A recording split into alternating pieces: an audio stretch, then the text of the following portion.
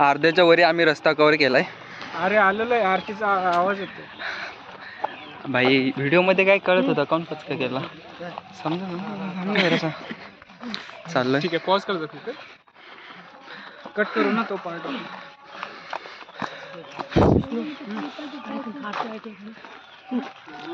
हे कशाच झाड आहे बघ रे, वडाचं आहे ना? मोहाचं आहे. मोहाचं नाही रे, मोहाचं नाही आहे.